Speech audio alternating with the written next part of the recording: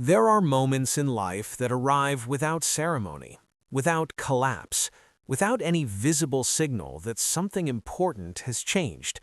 Nothing dramatic happens.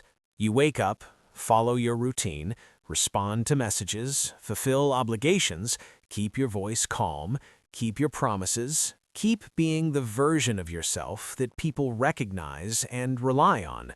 From the outside, it looks like continuity. But inside, something quietly shifts. It's subtle enough that you might miss it at first, almost like the moment you realized you've been clenching your jaw for hours without noticing.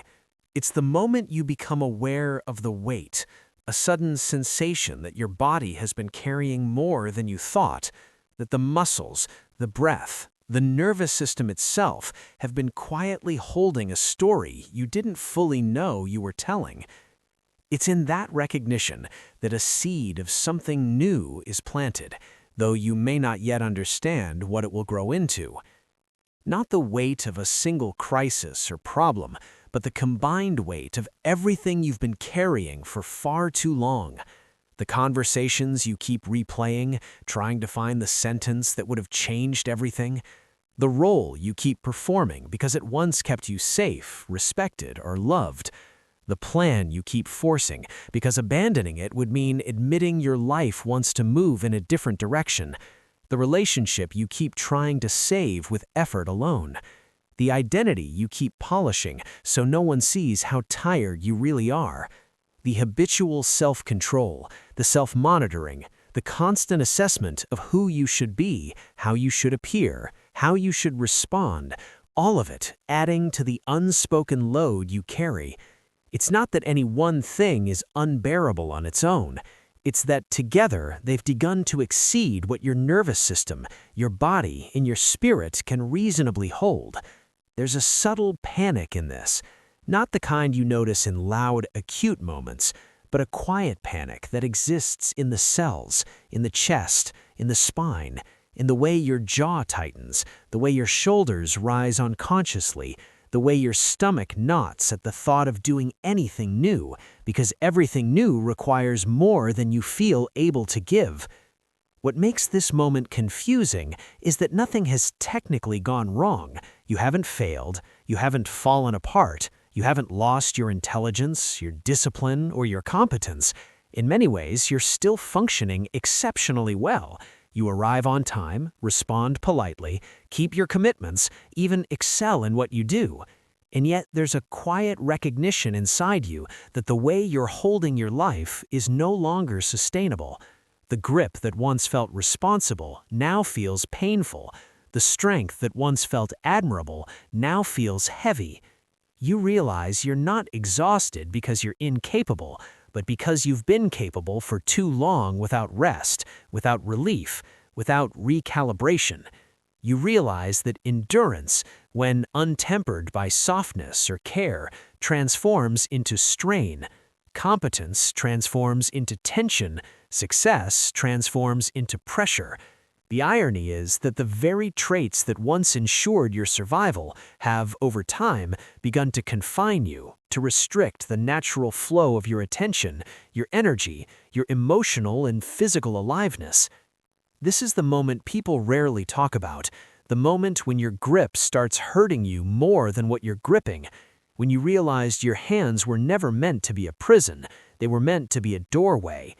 You weren't meant to spend your life clenching, bracing, managing, anticipating, and holding everything together through force of will. You were meant to move, adapt, release, and receive, as well as carry. But that realization doesn't arrive loudly. It arrives as discomfort, as restlessness, as a heaviness in the chest paired with a strange sense of relief, like something inside you is finally telling the truth. The first breath you take after hours of shallow breathing is deeper, not because you consciously intend it, but because your body suddenly permits it. Your nervous system begins to unclench, and the muscles that have been waiting for acknowledgement respond as if to say, finally, finally we can soften. This is not weakness, this is intelligence. This is life rediscovering the space to operate without constant emergency measures. Fear has a very loud voice in moments like this. Fear speaks in urgency and consequences. It tells you to hold tighter, push harder, plan more carefully, think further ahead. Fear says that if you let go, everything will fall apart. It says that if you stop forcing this, you'll be left behind. It insists that control equals safety, and relaxing your grip is the same as giving up. Fear is persuasive because it's familiar. For many people, fear has been the engine behind their success, their stability in their survival. Fear has been the voice that whispered, "Do not rest, do not trust, do not be soft." And because it is familiar, it feels like loyalty, it feels like prudence, it feels like self-respect. But this is a trick. Fear has a vested interest in continuation. It is the guardian of what has worked, not the facilitator of what can grow. But there is another kind of intelligence inside you, one that doesn't shout or threaten. It doesn't rush or dramatize. It simply notices. It notices when effort turns into strain, when responsibility turns into self-abandonment, when discipline quietly becomes fear management. This deeper intelligence understands something fear cannot articulate. You cannot take old weight into a new life. You cannot evolve while carrying every version of yourself you've ever been. At some point, growth requires subtraction. At some point, evolution demands release. The body knows this first. The chest, the throat, the jaw, the belly. These are not just physical spaces, they are archives of what you have survived, of what you have withheld, of what you have carried out of obligation, habit, and fear. When you start to notice them, when you allow them to speak, you begin the process of letting go. And letting go, paradoxically, feels both terrifying and liberating. Letting go is often misunderstood as weakness, laziness, or failure. In reality, it is frequently clarity arriving after endurance has reached its limit. It's wisdom recognizing that what once protected you is now limiting you. And this is why letting go is emotionally complex. You're not releasing something that was obviously harmful. You're releasing something that once worked, something that may have saved you, something you're grateful for. And that gratitude can make release feel like betrayal. You feel the pull of memory and attachment, the recognition that these strategies, roles, and identities kept you alive, helped you navigate complexity, gave you some measure of respect or affection or safety. Letting go does not deny their value. Letting go simply acknowledges that their usefulness has reached its end. Many people stay stuck not because they don't know what needs to change, but because they feel loyal to the version of themselves who learned to survive by holding everything together. They don't want to abandon the part of themselves that was strong, capable, and responsible. They don't want to betray the image of themselves that worked, that succeeded, that got recognized and rewarded. But growth often asks for a different kind of loyalty. Not loyalty to a strategy, but loyalty to your current truth. Loyalty to the body that aches, the heart that longs, the mind that wonders if there's a way to live that is lighter, more spacious, more aligned with your inner reality.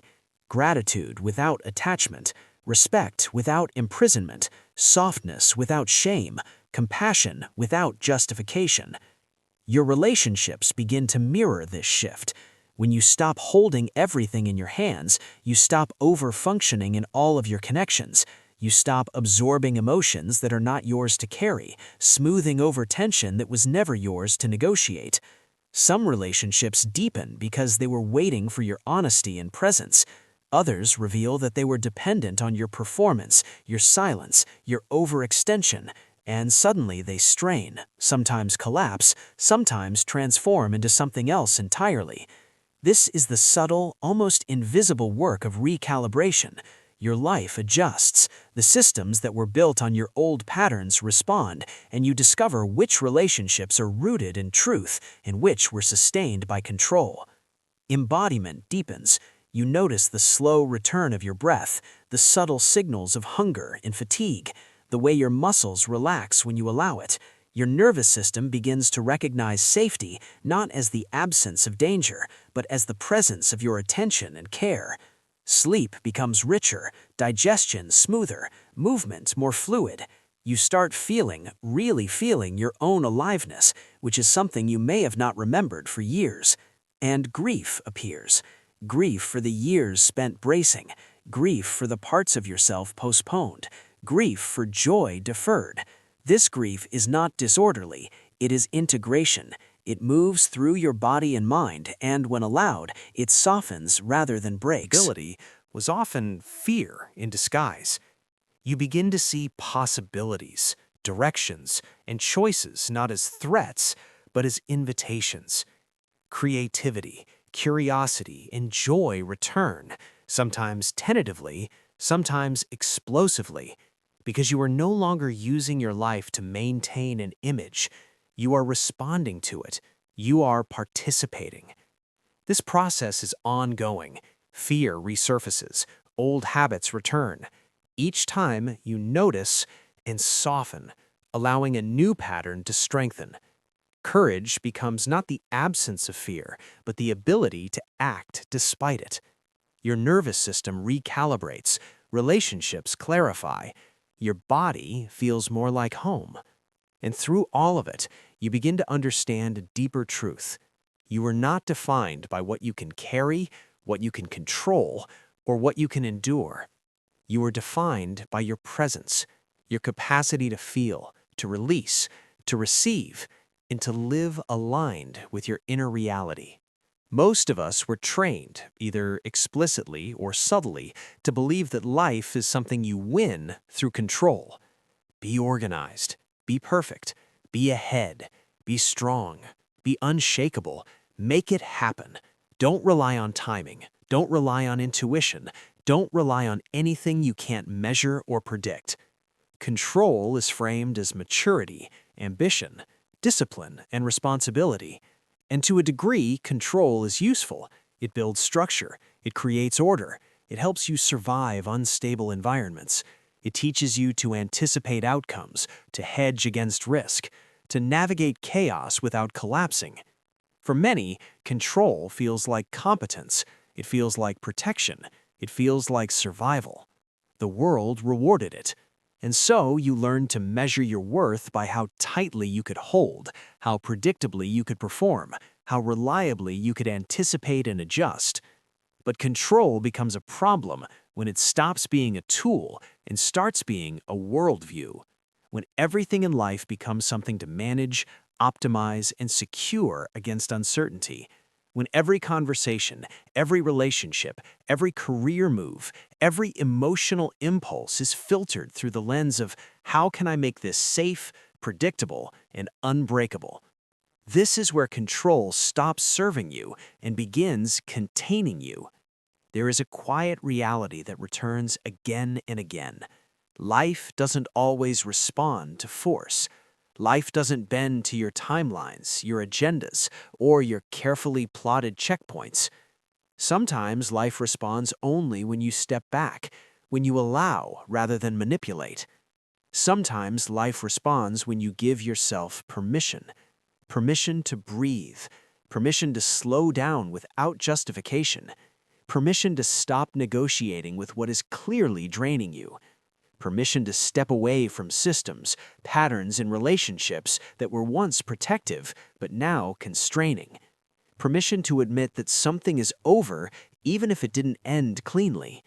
Permission to release control over outcomes that were never fully yours to command. Permission to accept that you've outgrown an old chapter, even if it once kept you alive, even if it once felt like safety itself. Permission is not laziness. Permission is not surrender. It is recognition. It is listening. It is the first step toward living aligned rather than armor-clad. As control loosens, the body begins to speak more clearly. You start noticing the sensations you ignored, overrode, or rationalized for years. The tightness in your throat when you agree to something you don't want. The subtle constriction in your chest when you hold your truth back. The tremor in your hands when someone challenges you unexpectedly. The fatigue that follows interactions where you disappear to keep the peace. The tension in your jaw that has been your constant companion. These are not flaws, they are signals. They are your nervous system's way of saying, I have been holding more than is healthy. This is embodiment returning, not as a mystical practice or a trendy idea, but as reality finally being felt instead of overridden. It is the recognition that the body remembers what the mind tries to forget, that stress accumulates in the tissues, and that your capacity to respond rather than react has been compromised by decades of vigilance and hyper-responsibility. With embodiment comes grief. Grief for the years spent bracing, for the moments of softness postponed in the name of strength, for the needs that never felt safe to express. Grief for joy that you pushed aside because life was always too urgent to notice it. Grief for laughter you silenced, for tears you withheld, for silence you held like a shield. This grief does not ask to be fixed. It does not need solutions, advice, or productivity hacks. It asks only to be felt, fully and deeply. It is not weakness, it is integration. It is the alchemy of turning endurance into understanding, tension into awareness, avoidance into presence. When this grief is allowed, it softens rather than hardens. It reveals the cost of control, but also the intelligence in the years you survived. It turns survival into wisdom, and wisdom into capacity to move differently, to act with alignment rather than armor, to love and work and live with more spaciousness. Relationships inevitably shift here. When you stop controlling, you stop overfunctioning. You stop absorbing other people's discomfort as if it were yours. You stop translating yourself into a more acceptable version to smooth interactions or avoid conflict. You stop doing the emotional load for everyone else at your own expense. Some relationships deepen. They deepen because they were waiting for your honesty, for your willingness to be fully present, for the courage to exist without the safety net of performance. Other relationships strain, sometimes fracture, because they relied on your silence, your accommodation, your overextension. This is not punishment or vindication, it is revelation. Anything that depended on your self-erasure will struggle when you return to yourself. Anything built on your fear, your compulsive control, or your overfunctioning cannot thrive in the light of your authenticity. This is both terrifying and liberating. It is the thinning of the crowd, the pruning of attachments, the emergence of clarity in how you spend your energy, your love, your attention. Over time, a new steadiness emerges, not loud confidence, not the performance-based certainty you once clung to, but quiet, resilient trust. You trust yourself to respond instead of predict. You trust life enough to stop gripping it. You trust that you can navigate uncertainty without becoming rigid, that you can feel fear without being ruled by it, that you can act from awareness rather than panic. This is integration. This is the subtle art of living fully inside your body, your heart, and your nervous system while participating in life without the constant pretense of control. It is not a finish line. It is not perfection. It is a way of moving through the world, a rhythm between presence and action, receptivity and effort, curiosity and discernment. You will still feel fear. You will still tense under pressure. Old habits will resurface, micromanaging, overthinking, overfunctioning, especially in moments of stress or uncertainty. Letting go is not a one-time act. It is a practice. It is a returning. Each time you notice and soften, you reinforce a new pattern, a new neurobiological truth that you do not need constant vigilance to survive. Each time you choose clarity over panic, presence over performance, alignment over control, you strengthen your nervous system's capacity to stay in calm, responsive balance. This is cumulative. The practice is the pathway. You don't let go because you are weak. You let go because you are done surviving what you no longer need to. You let go because you have discovered that your body, mind, and spirit cannot flourish under the tyranny of perpetual vigilance. You let go because you were learning that trust, curiosity, and responsiveness are more sustaining than control, and that life, when met with openness and presence, organizes itself in ways that fear and effort alone cannot dictate. And when you let go in the right way, life does not collapse. It does not betray you. It does not abandon you. It clears. It clarifies. The wrong paths become harder to sustain. The right paths easier to see. Your relationships adjust. Your nervous system recalibrates. Your heart expands. Your body softens. And the opportunities that align with your evolving truth become apparent, even if they once seemed invisible. Letting go is not passive, it is active. It is the conscious choice to stop performing for survival and to begin participating in life fully, with awareness, courage, and the subtle steadiness that comes from listening to yourself rather than obeying fear. This process continues indefinitely. There is no completion, only return. Return to your body, to your breath, to your feelings. Return to your desires, to your curiosity, to your creative impulse. Return to your relationships, noticing which